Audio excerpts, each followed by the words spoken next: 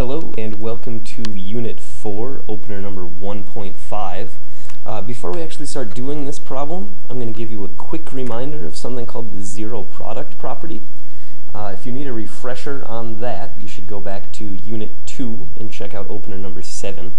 But here is a very quick refresher, and that is if you have two things, say A and B, that multiply together to give you 0, that means you know with absolute certainty that A or B must equal 0.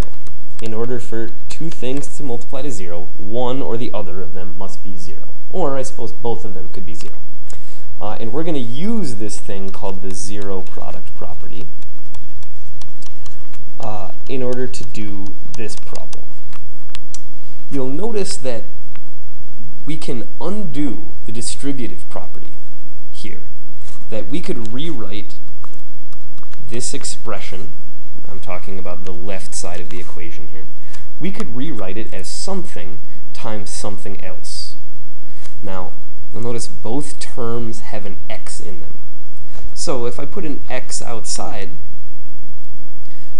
I can think about, well, what would have to go inside these parentheses in order to give me x squared plus 10x when I distributed the x? Well, x times something has to give me x squared. That must be x times x. And then x times something is supposed to give me a positive 10x, so this must be a plus 10. Now, you might think, well, that seems foolish. Why bother undoing the distributive property like that? By the way, what we just did is called factoring. We factored out an x. And the reason is, look at what we have. We have something, I'll call it A, times something else, and it's equal to 0. Just like we did over here on the right-hand side of the page with the zero product property.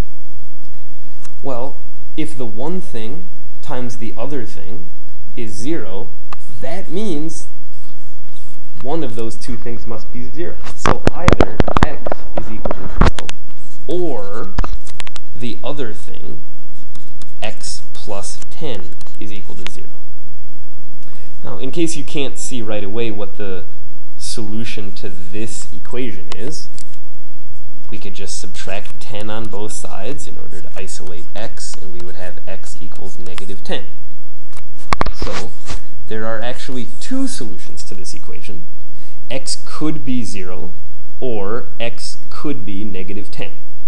And if you are willing to take 30 seconds to do it, you can substitute both of those numbers back into the original equation, and you can see that they do in fact make the equation true.